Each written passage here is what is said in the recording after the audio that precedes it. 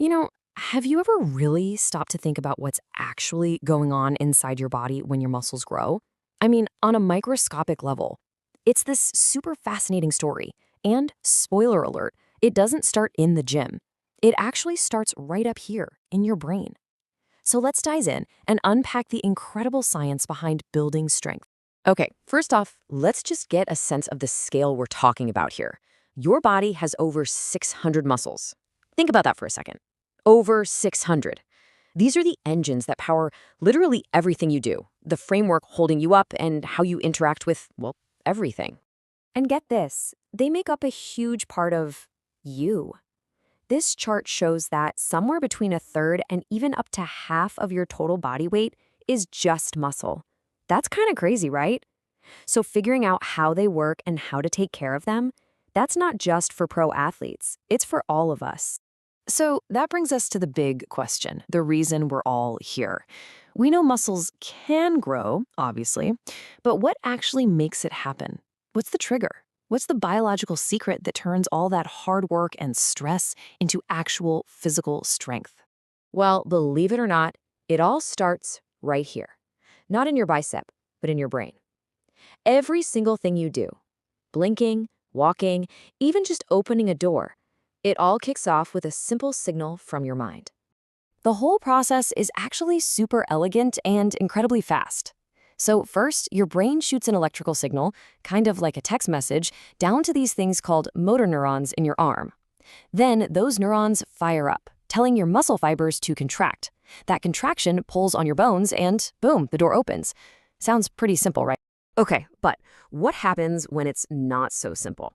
What if that door is, say, a huge, heavy iron door, and it's way heavier than you thought? The basic idea is the same, but your body's response, well, it's got to level up big time. And this is where it gets really cool. Your brain is incredibly smart. It adapts on the fly, it sends a much stronger signal, and it rallies more motor units. You can totally think of these as little muscle fiber squads. It's like your brain is yelling, all right, we need backup. It even recruits other muscles to join the fight. You'll feel yourself automatically plant your feet, tighten your core, use your back. Your whole nervous system is just calling in all the troops to get the job done. Now, what's really fascinating is what's happening deep inside the muscle while all this is going on. And here's the crazy part. It's a total paradox. To build muscle up, you've actually got to break it down first. Yep, you heard that right. When you put your muscles under that kind of intense stress, you are literally creating tiny, microscopic tears, actual damage in the muscle fibers. And believe it or not, that damage, it's a good thing. In fact, it's exactly what you want. This is where the real magic of building muscle actually starts. See, when those muscle cells get injured, they send out these inflammatory molecules called cytokines. You can think of cytokines as a flare signal, like an SOS call for help. And that call activates your body's ultimate repair crew, your immune system. And this really gets to the heart of it. The more damage you create, the bigger the repair response from your body. But here's the key. Your body doesn't just patch things up to how they were before. No way. It overcompensates. It rebuilds the muscle bigger and stronger so it's ready for that challenge next time. Okay, but this whole repair and rebuild process can't just happen out of thin air, right? Your body needs the right tools and materials for the job. You can't build a stronger house without the right supplies. So what's in this ultimate repair kit? Turns out there are 3 essential ingredients. First up, nutrition.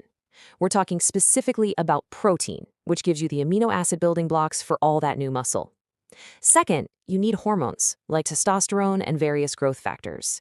They're the foreman on the job site, telling the body to get to work repairing. And third, and this is the one people always forget, rest. And I really want you to hear this because it is so important. The actual growth, the rebuilding, doesn't happen when you're lifting weights. It happens when you're resting. And it really kicks into high gear when you're deep asleep. If you don't get enough rest, you're just tearing your muscles down over and over without ever giving them the chance to build back stronger. You're just spinning your wheels. Okay, so this brings us to the final piece of the puzzle. See, our bodies are these amazing adaptation machines. What felt like a huge challenge last week, well, pretty soon that just becomes the new normal. So your muscles are pretty much always in one of 2 states. On one hand, you have hypertrophy. That's the fancy word for growth. It happens when you keep giving your muscles a bigger challenge. On the other hand, you have atrophy. That's when they shrink because they're not being challenged enough. It really is the classic use it or lose it situation, plain and simple. And this right here is the absolute key if you want to keep making progress. Your body gets used to things. That workout that totally wrecked you last month might feel like a warm-up today. And that's exactly why, to keep that growth signal going, you have to constantly introduce a new, bigger challenge. You got to keep things tougher than what your body is used to. So when you boil this whole amazing, complex process down, what are you left with? A really simple but really powerful formula. Stress the muscle, fuel the repair, rest for the growth, and then you just do it all over again. And maybe the coolest thing about all of this is how it's not just about muscles. It's kind of like a metaphor for life, isn't it? The same exact principles, stress, a little bit of breakdown, repair, and adaptation. That's not just how we build muscle, it's how we build character. It's how we become more resilient. Real, meaningful growth, whether it's in the gym or just in life, it almost never comes from staying comfortable. It comes from stepping up and facing a challenge.